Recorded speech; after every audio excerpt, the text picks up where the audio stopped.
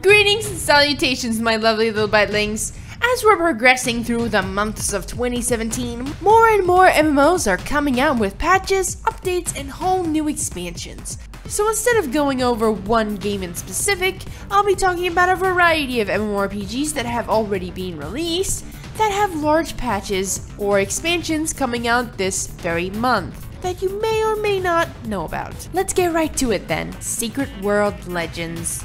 FunCom's attempt to reimagine the Secret World by keeping what the Secret World did right, like its well thought out, engaging story, and improving upon it, making it better, or at least trying to, whilst fixing things that people disliked, for instance the combat, as they've completely overhauled it from the ground up. Another thing people disliked was having to pay for content, whereas Secret World Legends will be completely free. All expansions and content free, and all being available to play within this very month, on the 26th of June, to be exact. They've stated that all of the original adventure playfields, dungeons, and scenarios will be available as soon as it's released, along with the rest of the content like nightmare dungeons, raids, a few weeks after its initial launch date.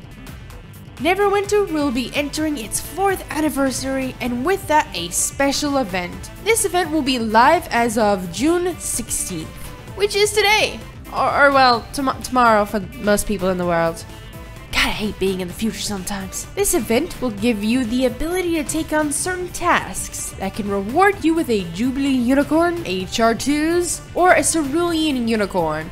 No Diamond Unicorns will be available though, as Tiny Tina has that one, and she's not good at sharing. And that is just for mounts. There are other rewards as well for your Great Haul, and some new emotes, all being pretty cool. Besides the awesome anniversary event, Shroud of Souls, the next update plan for Neverwinter, will be live 5 days later, which is the 20th of June, if you're wondering. This update is about Evernight, which is a dark, twisted version of Neverwinter, and it is crawling with mass hordes of undead. If that doesn't excite you, then for you avid Neverwinter players, maybe this will. There will be a new story arc that also allows you to fully customize a new area found within your guild's stronghold.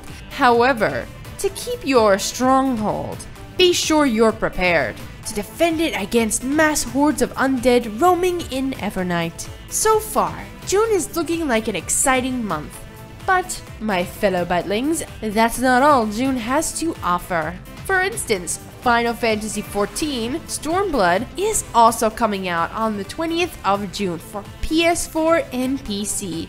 However, for those of you who pre-ordered Stormblood, you will have access to it on the 16th of June, which is today! For me, probably not you. I'm sorry. I'm so sorry. Future problems, future problems. Either way, the new expansion adds so much content, I would need a 10-minute long video dedicated to just Stormblood to give you an in-depth idea of what it's all about. So, for the sake of your time, I'll sum it up. In Stormblood, you can become a red mage, which is a melee mage fighter, and a samurai, which its name pretty much explains exactly what it is. Both of these classes are DPS, if you're wondering. The level cap was also increased. Multiple new entire regions will be added by the 20th of June. Swimming will also be available, and with that the ability to explore the oceans, and a new dungeon underneath the water called Shisui of the Violet Tides. I'm like 90% sure I mispronounced that. I'm sorry, guys. The PvP in Stormblood will also be getting a look at, as they will be tuning and rebalancing some things that, needed balancing. So, if you guys are unaware, the Elder Scrolls Morrowind also came out around the 6th of June. So, if this is the first time you're hearing of it, you should really check it out, as it's a massive expansion, as it added the actual continent of Morrowind, thus the name. It also added a new class, which is the Warden.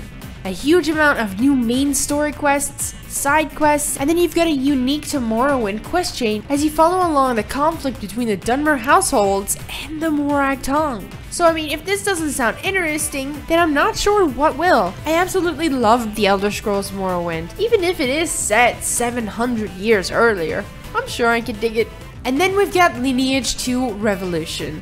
This gem is unfortunately for your mobile device. However, if this doesn't bother you, then you'll be glad to know that it's set in the same world as the original Lineage 2, and it has fast-paced action combat with 3 classes: Warrior, Ranger, and of course Mage. With your normal fantasy races being Human, Dwarf, Elf, Dark Elf. Even though Lineage 2 Revolution is a mobile MMORPG, it still has an open world for you to explore, filled with dungeons, raids, massive castle sieges. So I wouldn't write it off just because it's for the mobile devices. These are just some of the awesome things coming out this month. Imagine next month. Hey guys! It's an exciting time to enjoy playing MMORPGs. I hope you guys enjoyed this video, and before you go, what are you looking forward to this fair month of June?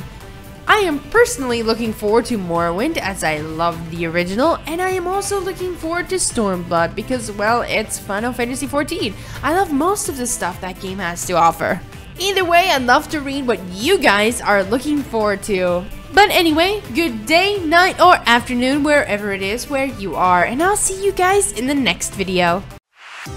We fell out of love like shooting stars, came crashing down, and we're building back up again now. I see your heart,